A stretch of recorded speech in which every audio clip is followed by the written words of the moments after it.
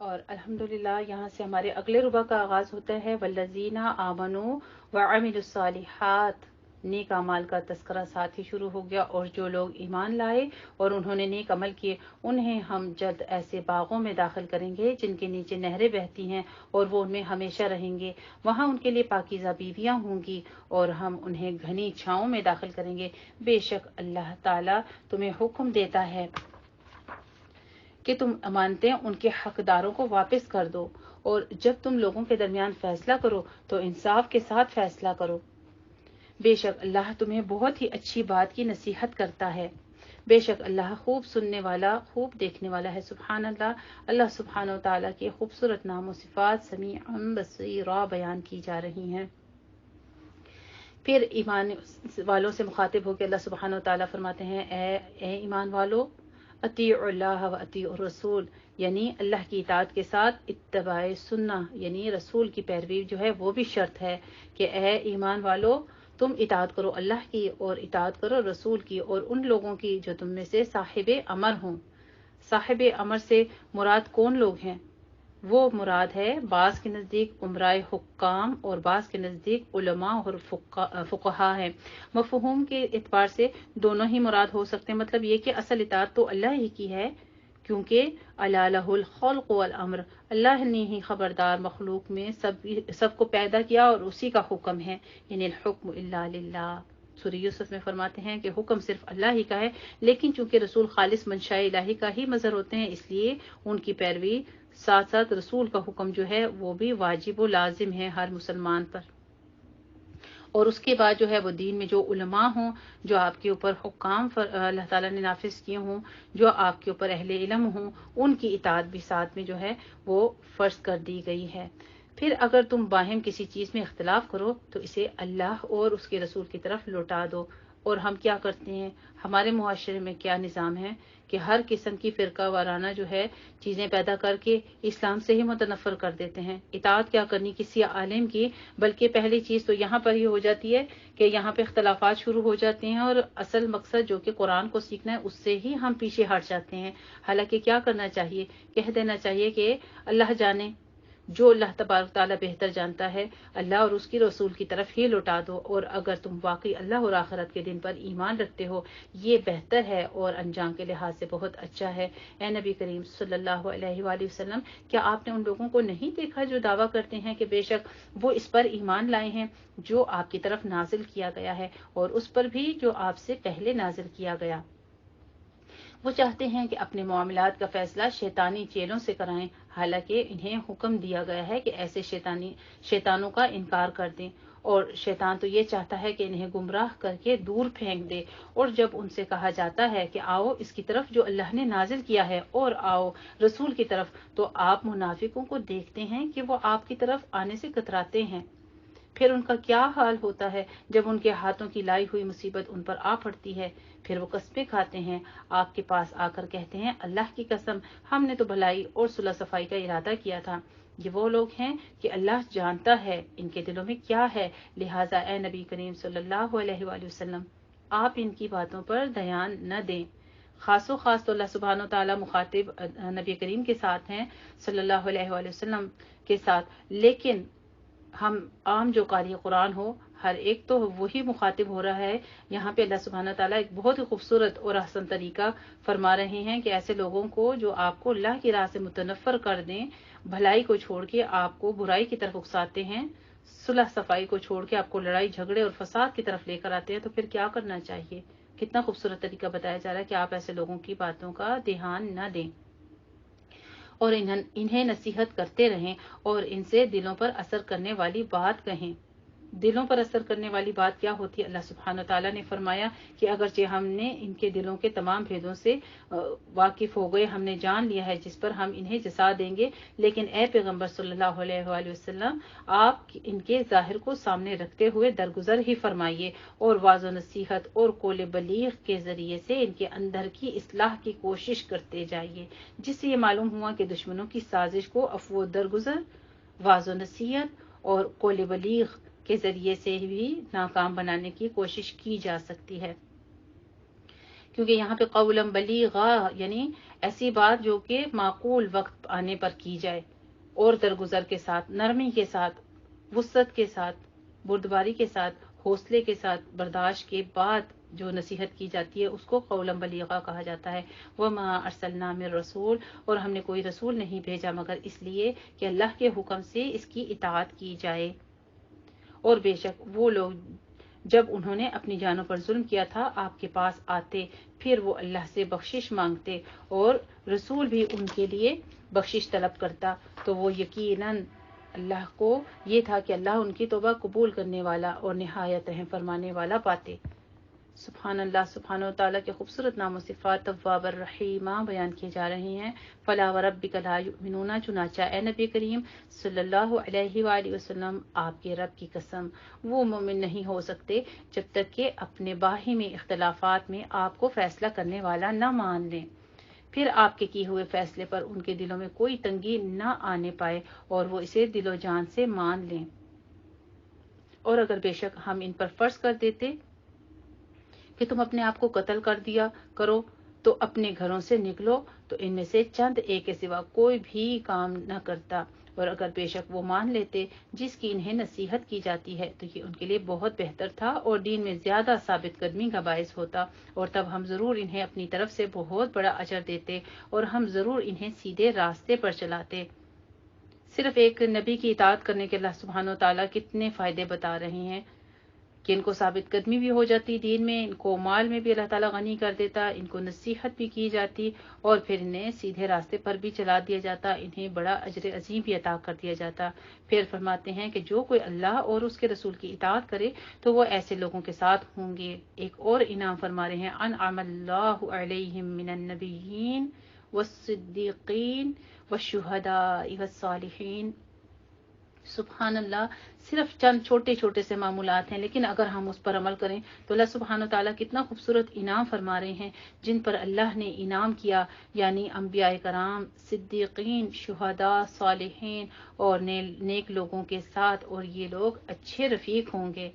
یعنی یہی لوگ اچھے ساتھی ہوں گے۔ مرنے کے بعد جب انسان اٹھایا جائے گا جو یہ اعمال کرنے والے ہوں گے تو ان کا ساتھ دیکھے کہ کن لوگوں کے ساتھ ہوگا۔ اللہ سبحانہ و تعالیٰ سے دعا کرتے ہیں کہ رب العالمین ہم سب کو اس عمل کی توفیق عطا فرما، وہ تمام اعمال جو تو پسند فرماتے اللہ جبرن ہم سے کروا لے، اور جن کاموں کو تو ناپسند فرماتا ہے ان سے ہمیں روک دے، کیونکہ ہمیں ان لوگوں کا ساتھ چاہیے، تیرے چنے ہوئے انعام یافتہ لوگوں کا جن کو تو فرماتا ہے، اور یہیں سے ہمارا پھر ربط ہوتا ہے ہماری قرآن مجید کا آغاز سورۃ الفاتحہ کے ساتھ، جہاں پہ ہم نے پڑھا انعمت علیہم، وہیں پر یہ بات آ جاتی ہے کہ وہ انعام یافتہ لوگ کون تھے۔ اسی کی تفسیر میں یہ آیت آ رہی ہے کہ وہ انعام یافتہ لوگ جو ہیں وہ انبیاء کرام، صدیقین، شہداء اور صالحین ہیں، اور وہ اچھے رفیق ہیں۔ یہ اللہ کی طرف سے فضل ہے اور اللہ کافی ہے، جاننے والا ہے۔ یا ایھا الذین آمنو، اے لوگو جو ایمان لائے ہو، تم اپنے بچاؤ کا سامان لے لو، پھر تم الگ الگ رستوں کی شکل میں یا اکٹھے ہو کر نکلو، اور بے شک تم میں سے کوئی ایسا بھی ہے جو نکلنے میں ضرور دیر کرتا ہے، پھر اگر تم پر کوئی مصیبت آئے تو وہ کہتا ہے اللہ نے مجھ پر بڑی مہربانی کی، میں ان کے ساتھ موجود نہیں تھا، یعنی ساتھ نہ جانے پر وہ اس کو اللہ کا انعام کہہ رہا ہے۔ وَلَئِنْ أَصَابَكُمْ فَضْلٌ مِّنَ اللَّهِ، اور اگر تمہیں اللہ کا فضل ملے تو وہ گویا جیسے تمہارے اور اس کے درمیان کوئی دوستی نہ ہو، وہ ضرور کہیں گے کاش میں ان کے ساتھ ہوتا، پھر میں بڑی کامیابی حاصل کرتا۔ پھر جو لوگ آخرت کے بدلے دنیا کی زندگی بیچ چکے ہیں انہیں چاہیے کہ وہ اللہ کے راستے میں لڑیں، اور جو شخص اللہ کے راستے میں لڑے پھر وہ قتل کر دیا جائے یا غالب آ جائے تو ہم جلد اسے بہت بڑا اجر دیں گے۔ اور اے مسلمانوں، تمہیں کیا ہو گیا کہ تم اللہ کے راستے میں کمزور مردوں، عورتوں اور بچوں کی خاطر نہیں لڑتے جو کہتے ہیں والنساء والولدان الذین، اے ہمارے رب، بہت خوبصورت دعا آ رہی ہے، اے ہمارے رب اخرجنا من هذه القرية الظالم اهلها، اس بستی سے ہمیں نہ نکال، اس کے باشندے ظالم ہیں۔ اے رب العالمین ہمیں ان کے بیچ نہ رکھ، یعنی جو ظالم لوگ ہیں، اللہ اور اس کے نبی کی نافرمانی کرنے والے لوگ ہیں، نبی کے ساتھ عین وقت پر انکار کرنے والے، جہاد کی راہ میں نہ نکلنے والے، تو ایمان والے کیا دعا کرتے تھے کہ اللہ اس بستی سے نکال کہ اس کے باشندے ظالم ہیں، اور ہمارے لیے اپنی طرف سے کوئی حمایتی بھیج، اور ہمارے لیے اپنی طرف سے کوئی مددگار مقرر فرما۔ جو لوگ ایمان لائے وہ اللہ کی راہ میں لڑتے ہیں اور جن لوگوں نے کفر کیا وہ طاغوت یعنی شیطان کی راہ میں لڑتے ہیں، چنانچہ تم شیطان کے ساتھیوں سے لڑو، بے شک شیطان کی چال بڑی کمزور ہے۔ اے نبی کریم صلی اللہ علیہ وآلہ وسلم، کیا آپ نے ان لوگوں کو نہیں دیکھا جن سے کہا گیا تھا کہ تم لڑائی سے اپنے ہاتھ روکے رکھو اور نماز قائم کرو اور زکوٰۃ دو؟ پھر جب ان پر جنگ فرض کی گئی تب ان میں سے ایک گروہ کافر لوگوں سے اس طرح ڈرنے لگا جس طرح اللہ سے ڈرنا چاہیے، یا وہ اس سے بھی بڑھ کر خوف زدہ تھا، اور وہ کہنے لگے اے ہمارے رب، تو نے ہم پر جنگ فرض کیوں کی؟ تو نے ہمیں کچھ مدت مہلت کیوں نہ دی؟ کہہ دیجئے اے نبی کریم صلی اللہ علیہ وآلہ وسلم، دنیا کا فائدہ تھوڑا ہے اور آخرت بہت بہتر ہے اس شخص کے لیے جس نے پرہیزگاری اختیار کی، اور تم پر کھجور کی گٹھلی کے دھاگے برابر بھی ظلم نہیں کیا جائے گا۔ کھجور کی گٹھلی کتنی باریک ہوتی ہے، اور اس کے اوپر جو چھلکا ہوتا ہے وہ اس سے بھی باریک ترین، تو اتنا بھی ظلم نہیں کیا جائے گا۔ تم جہاں کہیں بھی ہوگے موت تمہیں پا لے گی، خواہ تم مضبوط قلعوں میں ہو، اور اگر انہیں کوئی بھلائی ملے تو وہ کہتے ہیں کہ یہ اللہ کی طرف سے ہے، اور اگر انہیں کوئی تکلیف پہنچے تو وہ کہتے ہیں کہ یہ آپ کی طرف سے ہے۔ کہہ دیجئے نبی کریم صلی اللہ علیہ وآلہ وسلم، کل من عند اللہ، یہ سب کچھ اللہ کی طرف سے ہے۔ چنانچہ کیا حال ہے ان لوگوں کا جو بات سمجھنے کے قریب نہیں پھٹکتے۔ اے انسان، تجھے جو بھلائی ملے وہ اللہ کی طرف سے ہے، اور تجھے جو بھی تکلیف پہنچے وہ تیری اپنی طرف سے ہے۔ انسان کو تکلیف کب پہنچتی ہے؟ یہ برائی بھی اگرچہ اللہ کی مشیت ہی سے آتی ہے، جیسا کہ کل من عند اللہ سے واضح ہے، لیکن یہ برائی کسی گناہ کی عقوبت یا اس کا بدلہ بھی ہو سکتی ہے، اس لیے فرمایا کہ یہ تمہارے نفس سے ہے، یعنی تمہاری غلطیوں، کوتاہیوں اور گناہوں کا نتیجہ ہے۔ جس طرح فرمایا سورہ شورى میں، تمہیں جو مصیبت پہنچتی ہے وہ تمہارے اپنے عملوں کا نتیجہ ہے، اور وہ بہت سے گناہ تو معاف بھی فرما دیتا ہے۔ تو یہاں پر ہمیں یہ بھی پتہ چلتا ہے کہ انسان کی زندگی میں جب خوشحالی آتی ہے وہ بھی رب نے لکھی ہوئی ہے، اور جو اللہ تعالیٰ کی طرف سے تکالیف آتی ہیں وہ بھی اللہ کی طرف سے ہی ہوتی ہیں، لیکن بعض اوقات ہمارے کچھ ایسے بد اعمال ہوتے ہیں جو گناہ ہماری زندگی میں حائل ہو جاتے ہیں، ہمیں اللہ کی نعمتوں کو پانے میں، اور ان کو روک دیا جاتا ہے، اور اللہ کی طرف سے پھر وہ ہمیں ضرر بنا کر پیش کرتی جاتی ہیں۔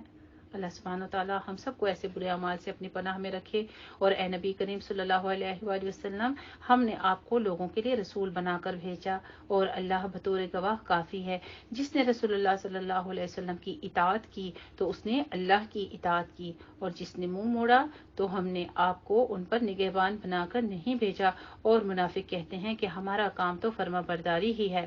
پھر جب وہ آپ کے پاس سے اٹھ کر جاتے ہیں تو رات کو ان کا ایک اور گروہ اس بات کے خلاف جوڑ توڑ کر بات کرتا ہے جو آپ کہتے ہیں،